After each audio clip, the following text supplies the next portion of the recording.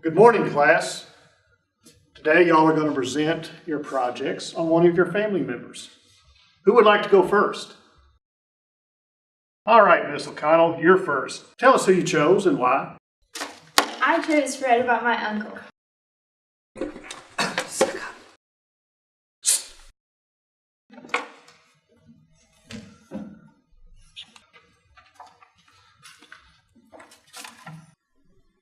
It's a story of skill and insanity.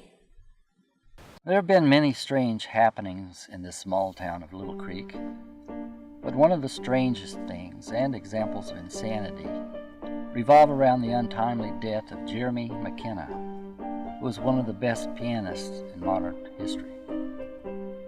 Why it happened, I still do not exactly know. Well, let's go back to 1965 and see the events that led up to the pianist's death.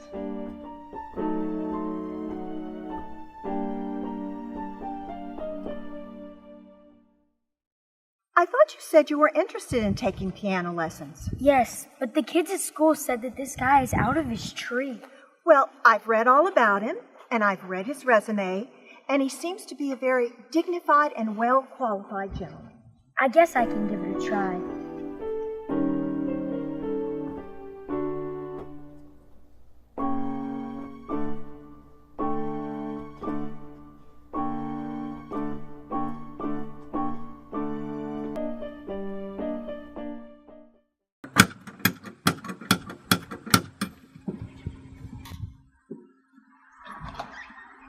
Welcome. Well, you must be Kieran. It's a pleasure to meet you. And you must be the former musical star Sinead Donahue. Why, yes, and what an honor it is to meet you. The pleasure's all mine. Well, do come in, please. Right this way. Kieran, you can have a seat on the stool. Miss Donahue, you can sit there if you like. All right, Kieran, do you have any musical experience at all? No. Have you ever read sheet music? No. No? Well, this is sheet music. And it's laid out this way. This makes up the staff, these lines. This is a treble, this is bass. All right? We'll start with the easiest, right in the center, with our thumb on middle C. So it's C, D, E, F, G. You repeat after me. C, D, E, F, G. Very good. Well, I think you might have a natural here, Miss Donahue. Now, the next thing, we'll learn a little bit about reading some notes.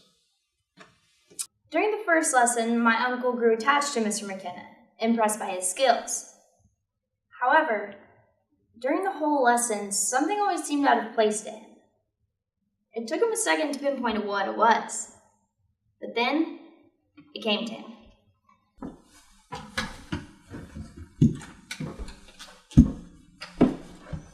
Excuse me, but may I ask what happened to your leg? Yes, I was in World War II, 1941, when I was deployed to France. And while I was there, I got shot up pretty bad. For the most part, the leg's healed up, but except for a slight limp. But I guess that's better than lying face down in the mud dead, eh? Yeah. I, though, wasn't okay with it at all. The constant sound of clunk, clunk, clunk stuck in my mind. What annoyed me the most wasn't the fact that the leg had a limp, but the precise beat that occurred from the man's black cane.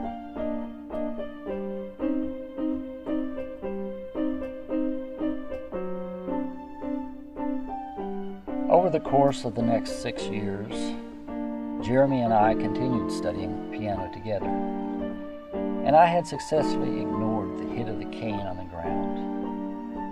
However, things began to change.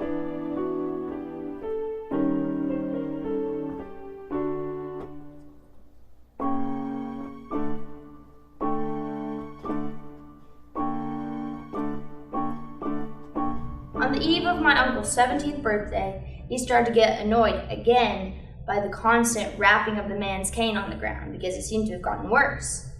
Now, the sound of the cane was accompanied by a slight dry cough. And this all really, really annoyed him. So what are we going to do today, sir? Work on Mozart's Symphony Number 40. Well, you know the routine. Let's warm up on a G natural minor scale.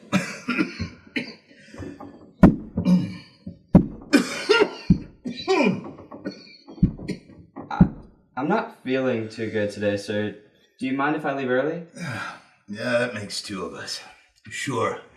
But just be sure to be here by 7 p.m. sharp tomorrow. Don't worry, I will. Go.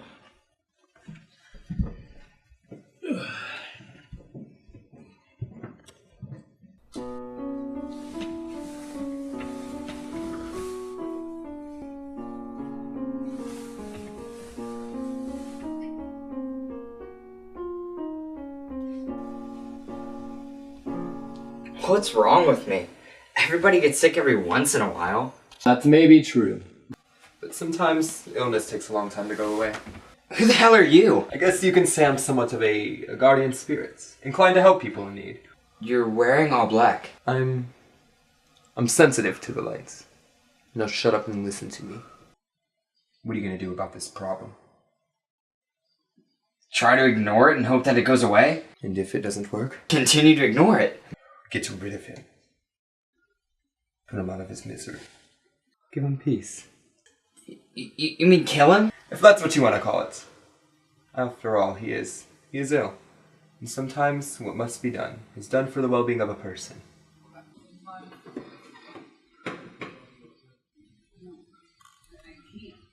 Who are you talking to, sweetie? Don't you...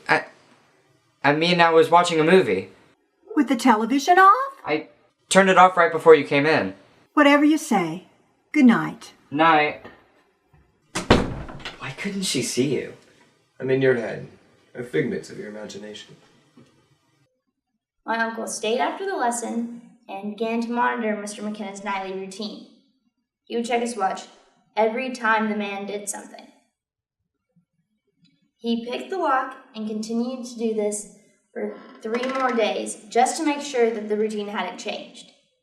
On the 4th night, he and the demon's plan was put into action.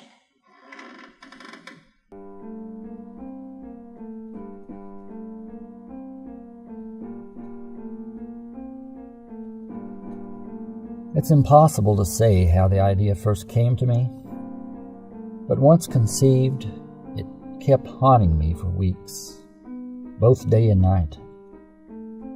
Motive? There was none. Passion? There was none. I loved that man. He had never wronged me. He had never given me an insult. For his gold I had no desire. I think it was the way he walked and coughed. Yes, that was it. When my uncle first entered Mr. McKenna's room, he saw the man turning on his bed, and he just freaked out and ran out of the house. He kept trying for 7 more days, but chickened out each time. He had no faith he could actually go through with it, even with the demon trying to help him along.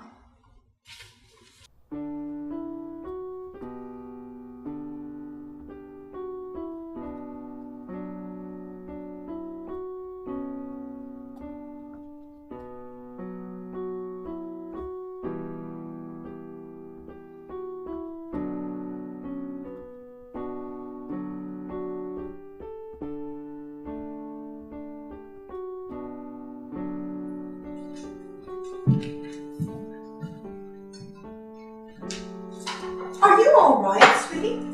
Yes. I mean, no. Well, can you tell me what the problem is, or at least hint at it? Have you ever been afraid to do something that you know needed to be done? Oh, that's an understatement. The question is, when have I not been afraid to do something? You need to ask yourself if what you're trying to do is really vital, or is it going to go against your conscience? might be somewhat against my conscience, but it needs to be done. Well, then you need to ask yourself one question. Is it worth it? And if it is worth it, is it worth following through? And if it is, then you need to have the confidence to follow through with it. Yes. Thanks, Grandmama. What are you trying to do? Nothing that you should be worried about.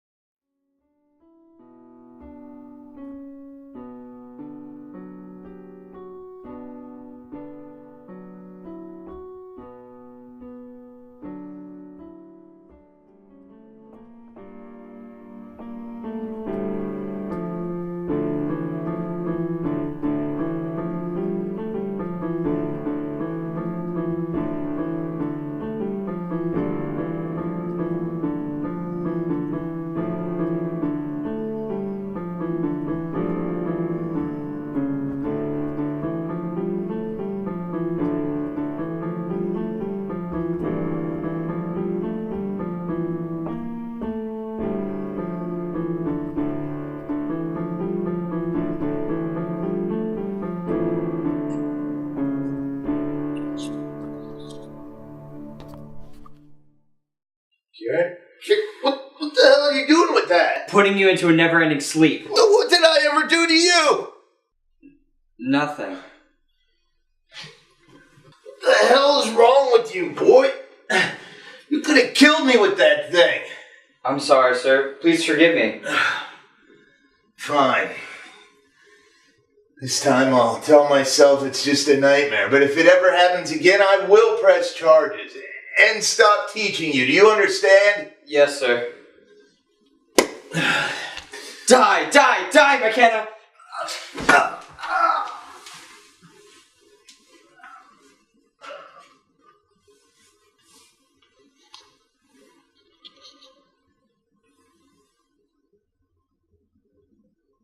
Well done, Kieran. Well done. What have I done? You've done a great deed. No, you're not real. No. Madness. It'll pass in time. Mad? I'm not mad. No one mad would hide the body so well. No one will ever find the body. Look what you've done to this innocent man. You're a mad, insane murderer. Would someone who is mad hide the body so well? No one will ever find him. You're not the son we raised. You're a disappointment to us and society. A murderer and a madman. I must turn myself into the police. Oh God, please forgive me for such treacherous deeds. You're being an idiot. You'd rather rot in a prison than survive a living life. What about carpe diem? You're right. No one must ever find out about this. I have the perfect plan. To get rid of him. I'll cut him up and hide him under the piano. Oh God, what's that sound? It sounds like a heartbeat. The next day, my uncle reported to his teacher's house as usual, but he kept singing and muttering to himself, and everyone he passed just turned and gave him these odd looks as if he were crazy, which he was. After the lesson, there was a knock at the door.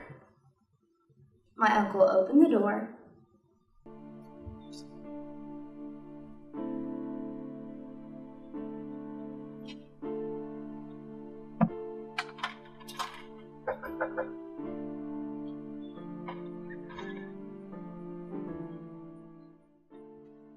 How may I help you, officers? Yes, sir. I'm Sergeant Henderson. This is my partner, Officer Kincaid, and we're here to talk to Jeremy McKenna.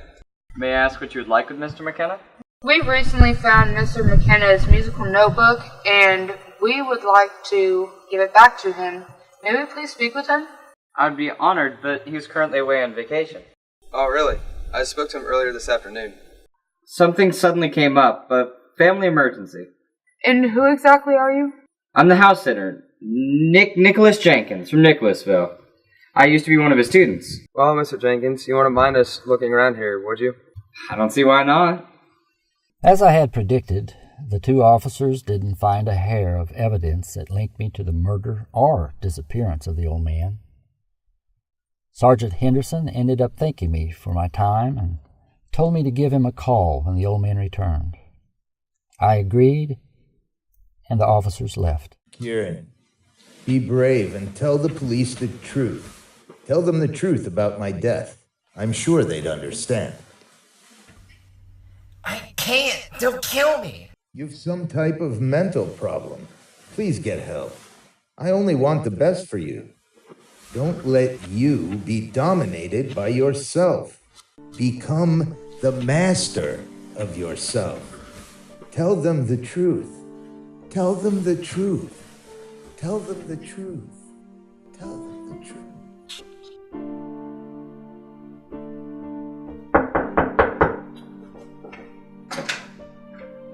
Hey, you called? Yes, come on in. Officer, I have a confession to make. What would someone like you have to confess to me? I lied to you when I told you Mr. McKenna was out of town. I killed him a few nights ago. He's buried under the piano, cut into pieces. Oh, will that damn heartbeat stop beating? I did it. Please stop that sound. I don't hear anything.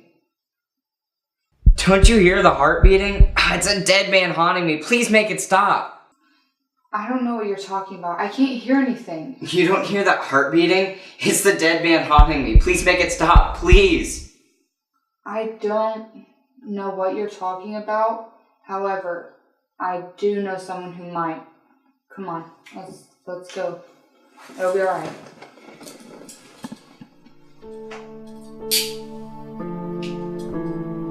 You have the right to remain silent. Anything you say can and will be used against you in the court of law. You have the right to attorney.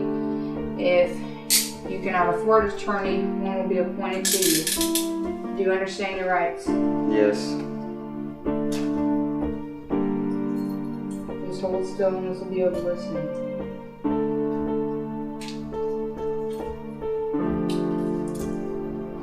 Let's go.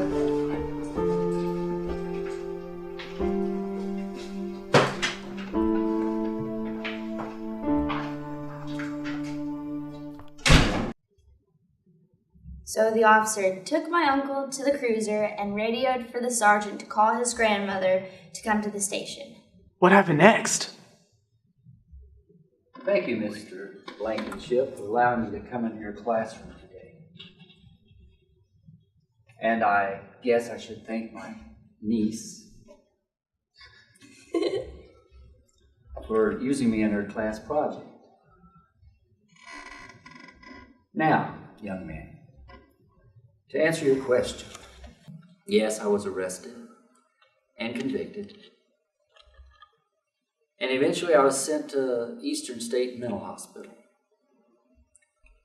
I spent nearly 20 long years there. Upon my release in 1995, I continued my piano studies. And just last year, I was given the opportunity to teach students in mental rehabilitation. But every year,